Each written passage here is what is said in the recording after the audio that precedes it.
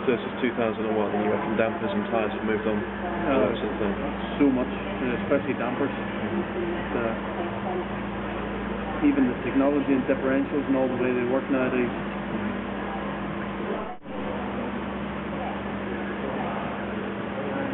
So instant reactions on the steering wheel, the instantaneous inputs is just phenomenal.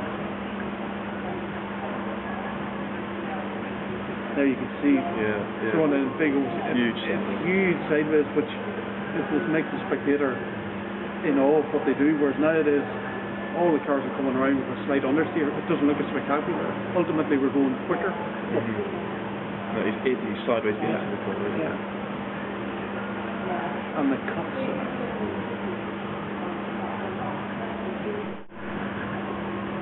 Is this what everyone wants to see? Yeah.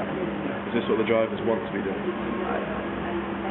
For pure pleasure, this is the way you would like it, but ultimately now we have to get the best out of what we have, and the technology has improved so much with, as I say, with all the components in the car, transmissions and everything, that the quicker way is the neater, tidier way.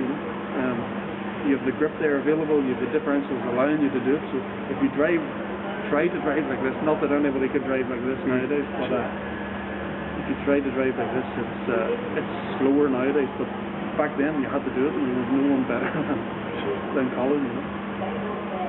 But it's quite strange. Richard Burns maybe wasn't as spectacular as this, and I think actually on this stage Richard was faster. Unbelievable to think that someone drove a car faster than this. Richard Burns was faster on this one stage, but I think it's just Collins. That's why he captivated the audience he did. It was just Collins' own unique way of going about things. It was just. It looked like the fastest thing in the world. Yes. And the inputs, all just so sharp and precise. He's completely on top of it. He's not intimidated or not remotely nervous. He's only using the road as a rough guide. It's only a rough idea of where you're supposed to go. But if there was a cut to be taken, you would be sure Colin would take it. He would take more. He looks on the brink of a big one all the time. All the time. Yeah. But the steering inputs are so massive. His arms are working hard. Yeah. But it's not from reacting stuff, that's inputs to the car, but he wants to make it do. Yeah.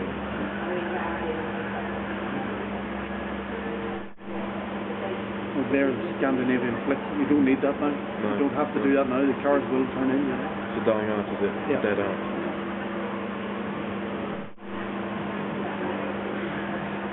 But ultimately he was just braking for a corner, but he put that big movement in just to read the grip on the road, but you'd sort of go, what's happening? But is that what that's for, to read the grip? Yeah.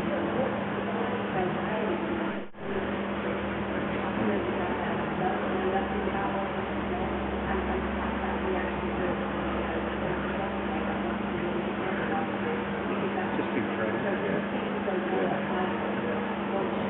And that's why I say that the strange thing of watching that, ultimately now stage records have been blown, you know, and a lot of it's to do with aerodynamics. The rear wings that they have on the car nowadays, which they didn't have then, keep the car so much more stable at the rear on high-speed corners, and they don't let the rear slide.